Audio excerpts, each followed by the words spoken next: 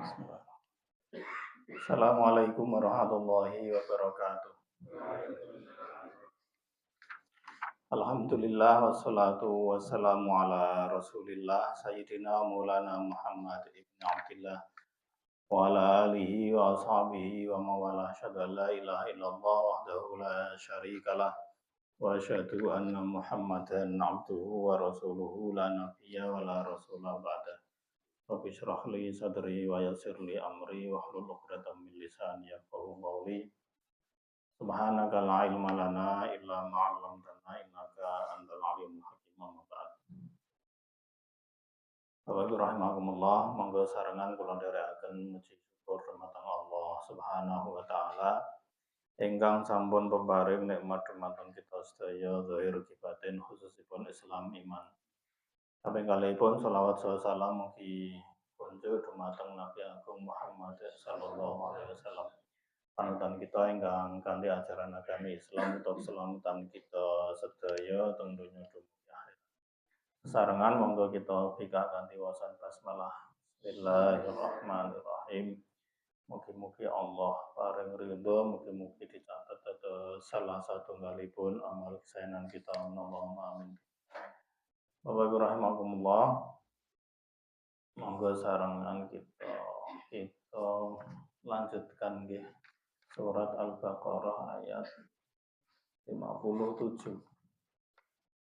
56 kemarin sampun.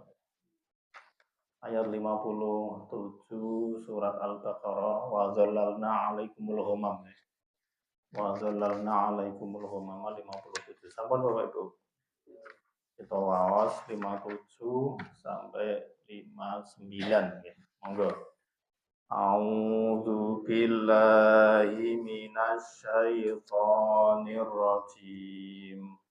Bismillahirrahmanirrahim. Wa zallalna 'alaikumul ghamama wa anzalna 'alaikumul manna wassalwa.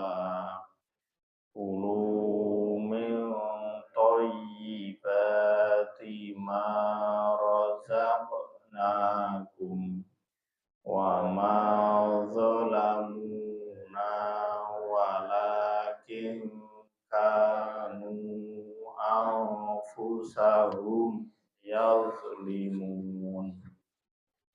Wa iz qulna dkhulu hazihil qaryata fakulu minha haitsu syi'tum raghadan wadkhulul baba sujjadan wa qulu hittatun naghfir lakum khotoyakum wa sanazidul muhsinin.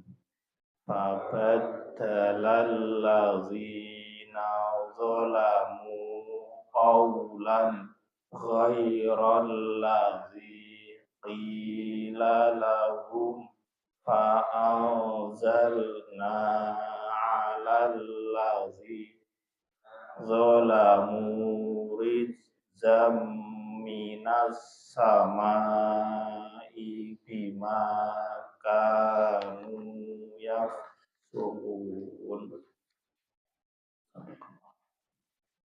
Bapak Ibu rahimakumullah, masih melanjutkan kisah-kisah terkait dengan kaum Bani Israel. Setelah Allah Subhanahu wa taala menjelaskan di ayat-ayat sebelumnya, di mana Allah menghukum mereka karena mereka sering melanggar apa yang diperintahkan oleh Allah. Di sini Allah kembali mengingatkan mereka tentang nikmat yang diberikan oleh Allah kepada mereka, yaitu wa zallalna 'alaikumul ghamam, dan kami naungi di atas kalian ghamam niku awan ngoten nggih. Jadi ceritanya Bapak Ibu rahimakumullah, ketika kaum Bani Israil niku disesatkan oleh Allah Subhanahu wa taala selama 40 tahun nggih, di padang pasir, di gurun yang panasnya nggih sangat panas ngoten nggih, karena di padang di gurun enggak ada iup-iupan. Lalu Allah Subhanahu wa taala atas kebaikannya itu menaungi mereka dengan awan supaya apa? Supaya tidak begitu panas. Jadi matahari ini tidak menyengat mereka meskipun mereka selama itu tinggal atau berada di gurun, di padang pasir.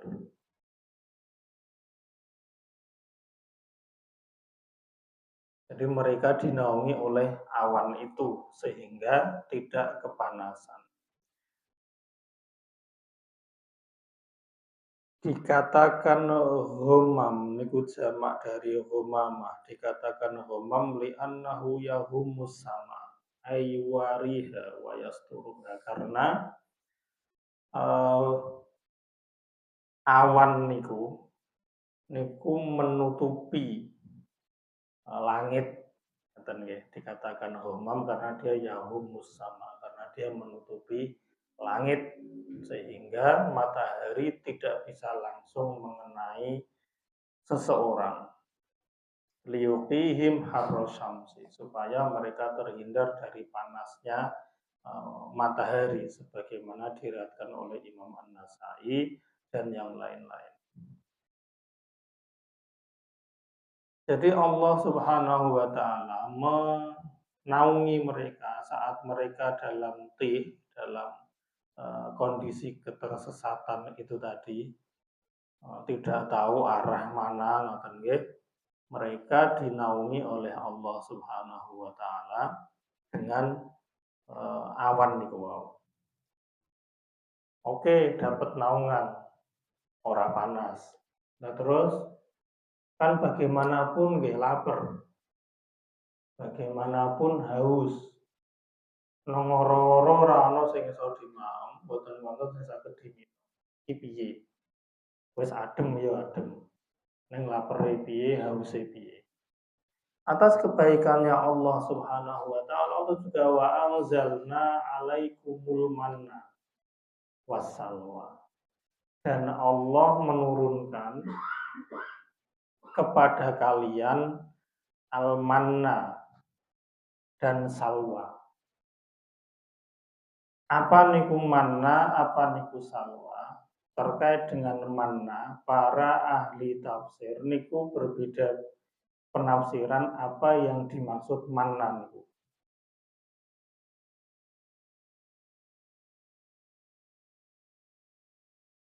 Dawuh Ibnu Abbas, manna niku turun dari langit ya, karena niki dan kami menurunkan kepada turun dari langit, lalu kemudian nempel di pohon-pohon. Kemudian mereka mengambilnya, lalu memakannya atau meminumnya.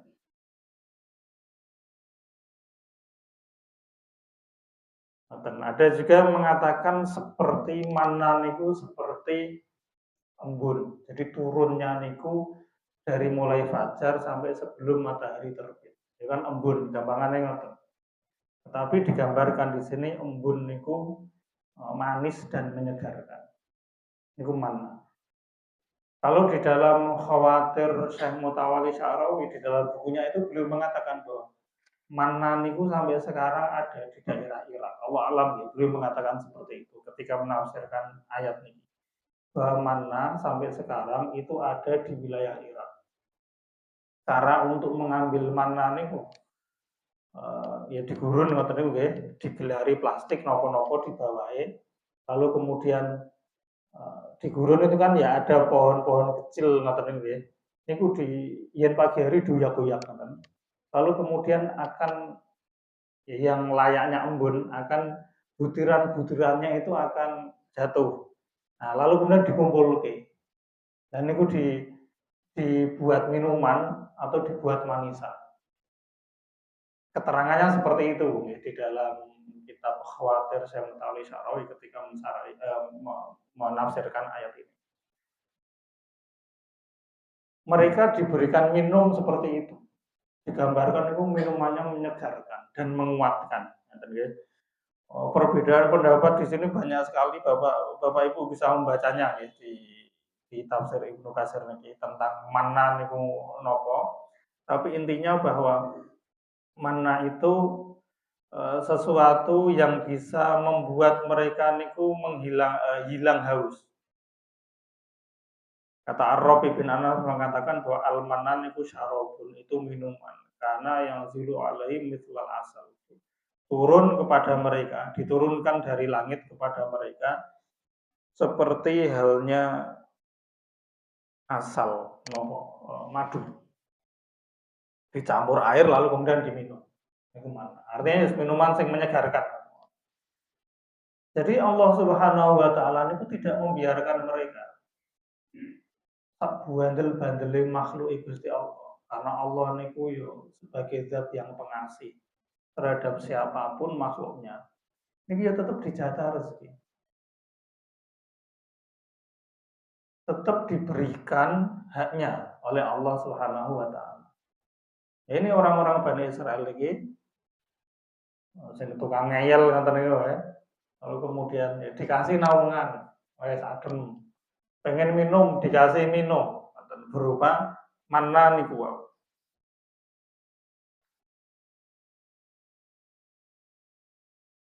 Aturannya Bapak Ibu rahimakumullah nggih, bahwa mereka boleh mengambil secukupnya di hari itu. Misalnya ketika mau pagi mereka menyiapkan untuk ngambil niku.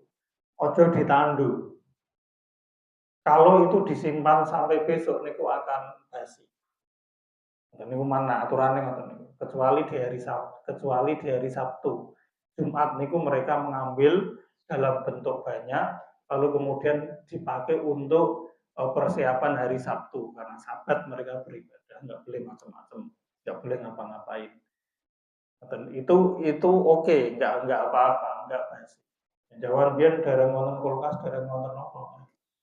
Supaya ngonten aturannya. Artinya nopo? Setiap hari Allah niku akan menurunkan mana kepada mereka. Jadi orang usah mikir macam-macam. Pokoknya yang penting nunggu di pagi hari ini nanti akan turun kepada mereka. Itu baiknya Allah Subhanahu wa taala kepada kaum Bani Israil. Sakjane pun enak ngoten nggih. Artinya mereka niku apa-apa dicepaki. Meskipun di padang pasir yang panas ngoten niku ya digawe adem, minumannya dicukupi. Kalau mau makan wasalwa, Allah menurunkan kepada mereka salwa. Salwa menurut Ali bin Abi Thalha dari Abdullah bin Abbas, salwa niku ya semacam atau sejenis burung. Jadi ceritanya setiap hari niku akan ada rombongan burung entah dari mana asalnya. Itu akan turun menghampiri mereka. Sing lumu-lumu dicekel, disembelih. Sampai mereka memenuhi kebutuhannya di hari itu, burungnya hilang. Itu setiap saat ngoten niku.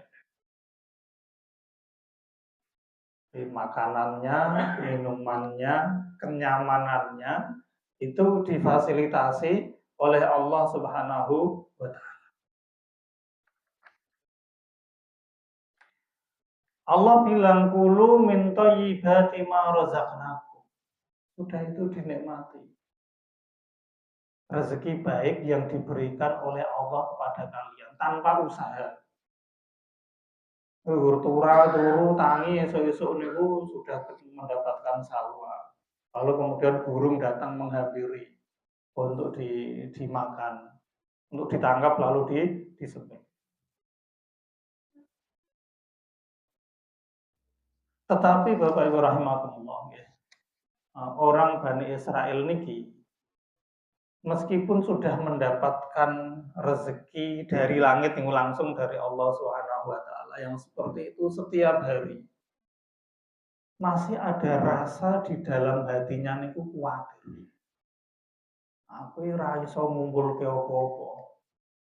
Artinya kan mana salwa niku wau ya saya napa untuk kebutuhan harian saja. Tapi untuk jangka panjangnya nggak bisa.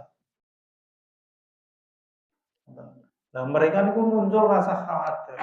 Ya iya engko nek aku tangi terus ono manna karo salwa, nek ora ono aku terus mau. Itu pikiran mereka. Sehingga mereka ngenyang kepada Nabi Musa. Ora cukup begini gurmana salwa, aku pengen makanan liar yang bisa menjamin kelangsungan hidup. Lu padahal Allah sendiri yang menurunkan itu kepada mereka. Dan ini bisa dibayangkan betapa baiknya Allah ketika mereka tersesat seperti itu di gurun sudah dicepai semua kebutuhannya. Ngono bisa kurang. Bisa njaluk sing macam-macam. Panas mesti iupi, haus dikasih, lapar dikasih. Ini saya mikir, wah tidak bisa menjamin keberlangsungan hidupku kalau seperti itu. Saya butuh nabung, saya butuh investasi, saya butuh ketenangan. Modelnya menungso kan ngoten niku. Nah, pitik kan ra mikir kayak kemudian. Ya pitik no.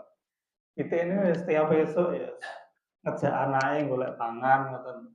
Rudal-rudul ini yo napa niku temboloke niku nggih kenyang ngoten. Terus mulai ya ora bungkus, ya ora nyangking, ya ora nopo ngoten. Ya udah. Sebagaimana burung juga kan ngoten. Ya ora kirmah barang. Maem ya maem, rampung ya wis sesuk golek neh wis ana dalane. Sebenarnya kan senyaman itu hidup.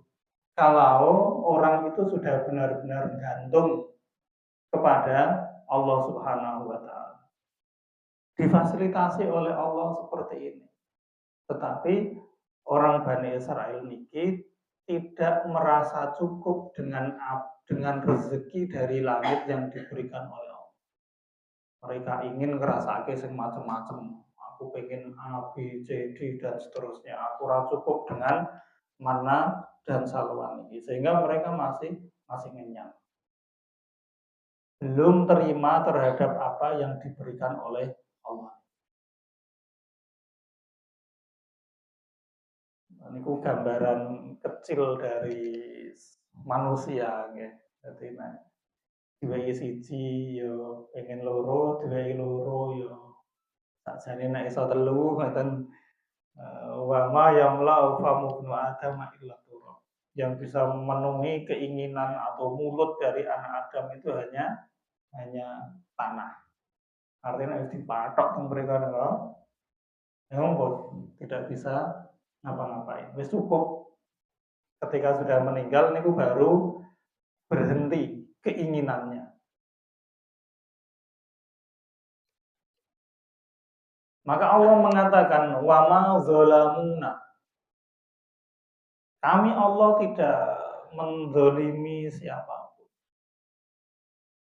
Walakin kanu anfusahum yadhlimuna, tetapi mereka sendiri kaum Bani Israel niku yang selama ini menzalimi diri mereka sendiri. Bapak Ibu rahimakumullah, kalau kita ikuti perjalanan dari awal cerita tentang kaum Bani Israel niku sudah ada 3 kali Allah Subhanahu wa taala mengatakan bahwa mereka niku yang zalim. Dari awal niku ketika kita lihat misalnya di ayat sebelumnya wa antum zalimuna. Kalian yang zalim. Lalu di ayat berikutnya juga seperti itu. Di ayat ini yang ketiga niki walakin kanu anfusahum yazlimun. Jadi mereka yang menzalimi diri sendiri. Dalam artiannya kan Bapak Ibu. Ketika seseorang niku tidak mau menunaikan apa yang diperintahkan oleh Allah Subhanahu wa taala. Itu hakikatnya kan sing rugi awake dhewe. Misalnya kita berharap mendapat keuntungan yang lebih, lalu kemudian ya karena harapan untuk mendapat keuntungan yang lebih niku terus melanggar aturan-aturannya Allah Subhanahu wa taala. Ya, dia mendapat untung. Tetapi gara-gara melanggar aturan Allah Subhanahu wa taala, hakikatnya dia buntung. Koyok-koyok untung ning rugi. Sebab melanggar aturan Allah. Sebab dia akan mendapatkan sanksi dari Allah. Sing rugi sapa? Ketika seseorang melakukan kejahatan, lalu kemudian gara-gara dia melakukan kejahatan itu di penjara, sing rugi sapa? Si pelakunya niku, bukan orang lain. Maka ketika seseorang membuat kesalahan kepada Allah Subhanahu wa taala, bukan Allah yang rugi. Wong dikatakan seandainya nopo niku kalian semua, kata Allah di hadis qudsi niku, terkumpul dalam satu hati orang yang paling jahat. Artinya jahat kabeh itu tidak akan mengurangi kekuasaan. Artinya sing rugi itu ya awak dhewe. Ketika kita melanggar apa yang diperintahkan oleh Allah, karena mau lari kemanapun pada akhirnya kita akan ketemu Allah Subhanahu wa taala untuk mempertanggungjawabkan apa yang kita lakukan, untuk mempertanggungjawabkan pelanggaran kita dan mendapatkan sanksinya. Jadi saya rugi ya awak dhewe. Maka orang yang melakukan maksiat itu hakikatnya adalah merugikan dirinya sendiri. Tidak ada yang rugi kecuali dirinya. Allah ya ora rugi. Yang rugi adalah kita. Karena kudune untung untuk swarga, misalnya ngaten nggih. Nah, ternyata kita tidak mendapatkan itu, tetapi mendapatkan sebaliknya, yaitu azab dari Allah Subhanahu wa taala. Maka Allah mengatakan di sini wa ma zalamuna walakin kanu anfusahum yazlimun. Tidaklah napa niku kami melakukan kezaliman terhadap siapapun, tetapi merekalah yang menzalimi diri mereka sendiri. Ya, ini goreng kesan dari ayat 50. Nah, lalu kemudian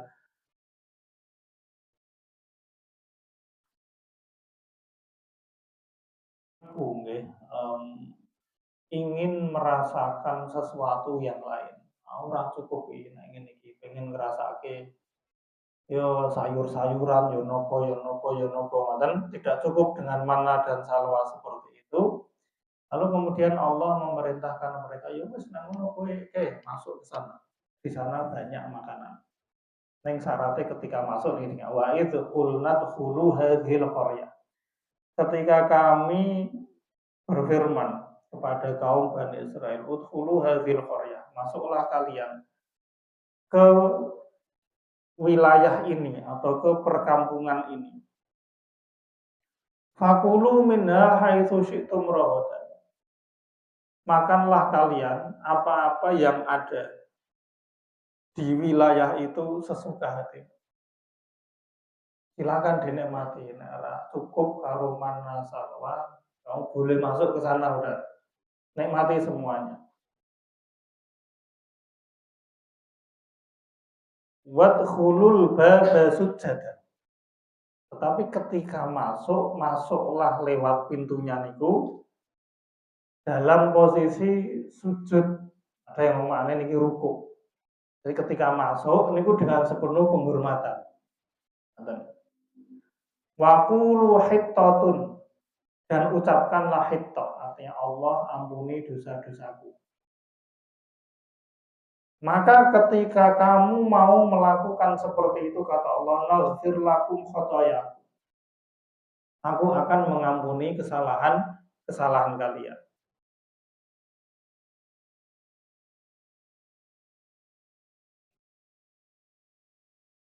Wasanazidul muhsinin, dan kami akan memberi lebih, bagian yang lebih bagi orang-orang yang berbuat ihsan.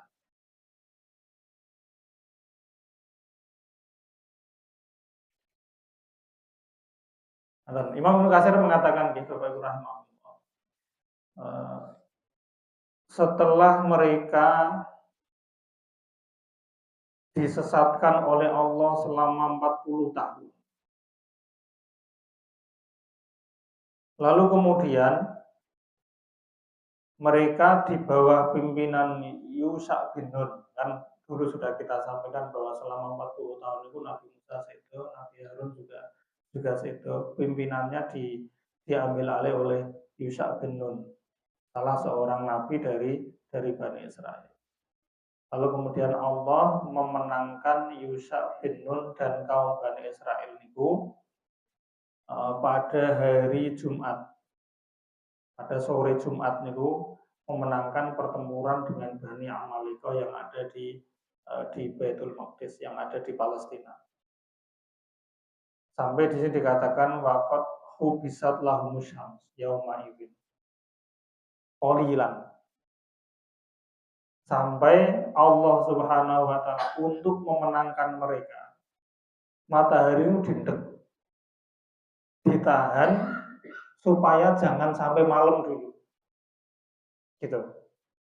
Sampai mereka memenangkan peperangan itu. Wes ngedap-ngedapi urusan Bani Israil. Artinya sekian banyak hal-hal yang luar biasa yang diberikan oleh Allah. Tetapi mereka niku balasannya niku ya banget.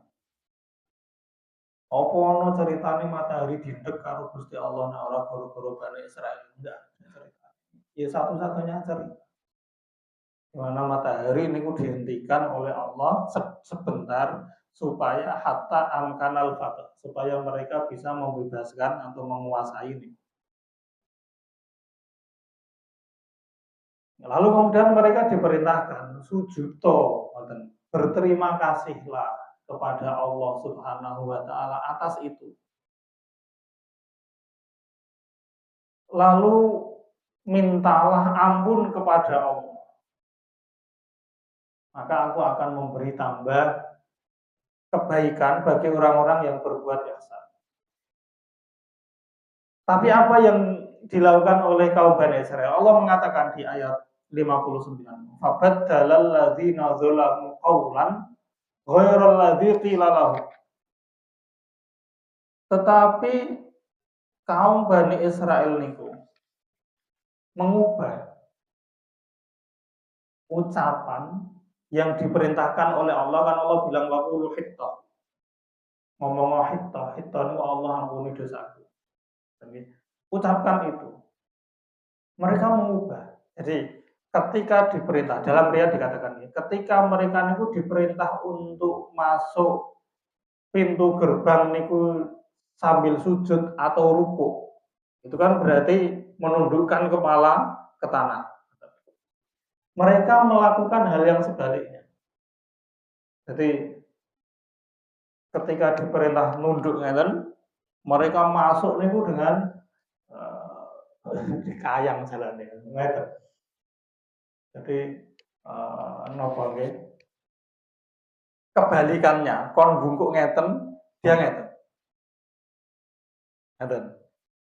Dikatakan kayak berjalan dengan punggungnya. Jadi jane mlakune kon nunduk, tetapi dia malah suruh bilang hittah, dia bilang hintah. Hintah niku ya semacam gandum. Jadi apa sih ini ngoten? Kaum Bani Israil niku. Jane kan ya perintahnya gampang to, nggih. Kon ruku apa kon sujud ngoten ya, kan sujud wae. Kon ngomong Allah kula nyuwun sepuro. Ngomong gitu aja. Niku berat napa mboten? Tidak berat. Tetapi kenapa mereka tidak bisa melakukan? Bukan karena mereka nggak bisa melakukan, tapi karena mereka nggak mau. Tidak mau melakukan itu. Waton suloyo, waton beda. Kowe nek diperintah A, mereka itu pinginnya B. Ngoten. Kuwi Bani Israil. Kon ruko ngoten nggih menundukkan wajah ke tanah, niku malah wajahe didongake ke langit. Padahal ya ora susah, lebih susah mana? Ngoten. Mlaku undangan karo mlaku nunduk, lebih mudah nunduk. Bukan karena mereka nggak mampu dan nggak bisa, tapi nggak mau. Apa susahnya bilang hittoh? Nggak susah. Tapi mereka milih bilang hintoh. Ini model-modelnya Bani Israel. Jadi sekali lagi bukan karena nggak bisa, karena Allah pasti ketika menaklif seseorang atau mewajibkan sesuatu kepada hambanya, itu pasti atas dasar kemampuan. Karena la yukallifullahu nafsan illa wus'aha. Pasti Allah sudah menakar bahwa manusia ini mampu menjalankannya. Neng masalahnya mau atau tidak. Kalau Bani Israel itu memilih untuk tidak mau.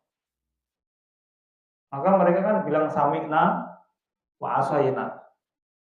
Aku krungu ning wegah. Aku ngerti ning wegah itu sami'na wa asayna. Kalau kita kan sami'na wa ata'na. Nggih sendika dawuh kula mireng dan menjalankan. Sekali lagi bukan karena mereka nggak mampu, tetapi mereka nggak mau. Maka di sini Allah mengatakan, lalu kemudian mereka mengganti perintah-perintah niku. Padahal ketika bermanut, atau mawon wis enak. Kowe kon ngalor-ngalor gitu-gitu kan enak. Dan ini dia melawan dan menentang. Ucapannya diganti, nah perbuatannya juga diubah. Maka Allah mengatakan fa'anzalna 'alal ladzina zalamu. Sing zalim sinten niku? Allah napa wong Bani Israil niku? Kan Bani Israil. Maka Allah mengatakan kami menurunkan kepada orang-orang yang zalim niku diperintah kon nglakoni A malah nglakoni B, kon ngomong C malah ngomong D. Maka kami turunkan kepada orang-orang yang zalim niku rizqan minas sama. Siksa azab dari langit yang awalnya ngaten nggih, langit niku menurunkan manna dan salwa kepada mereka di waktu yang berbeda. Langit yang sama ngaten nggih niku menurunkan rizqan, menurunkan azab. Karena langit itu pasukannya Gusti Allah. Ketika diperintahkan ngopo yo manut.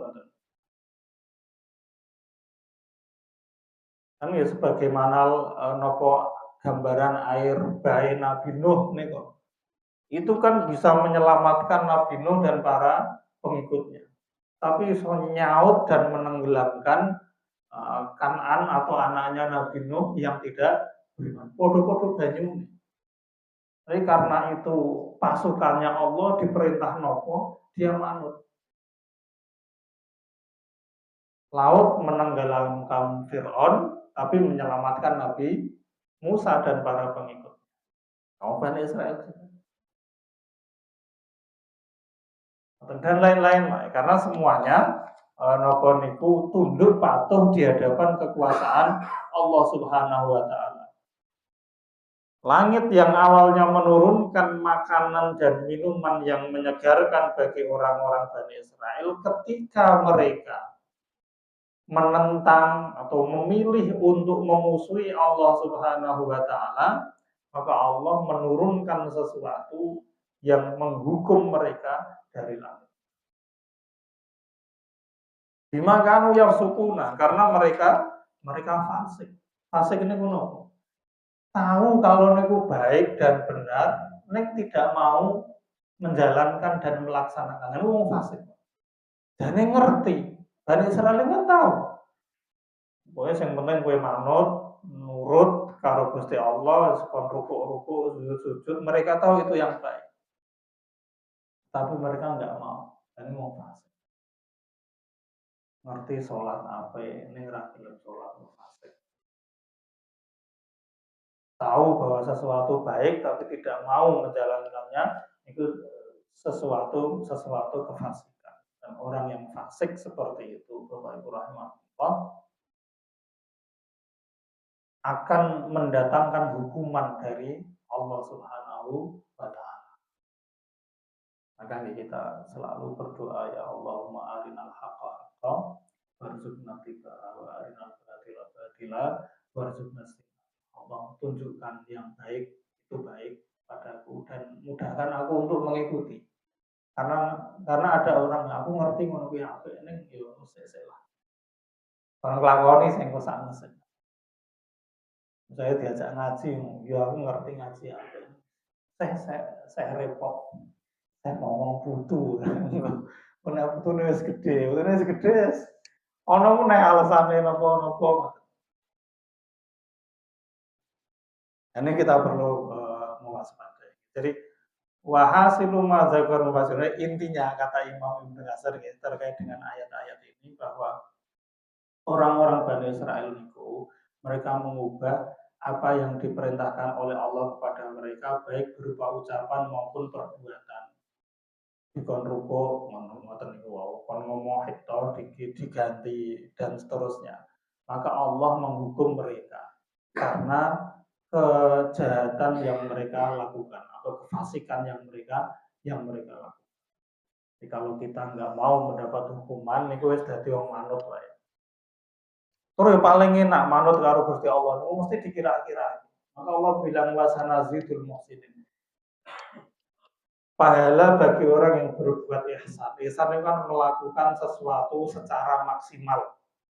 Ngoten nggih. Dikon ngopo niku dijalankan dengan sebaik-baiknya. Niku akan mendapat tambahan nilai di mata Allah. Pahalanya niku ditambah bagi orang-orang yang ihsan.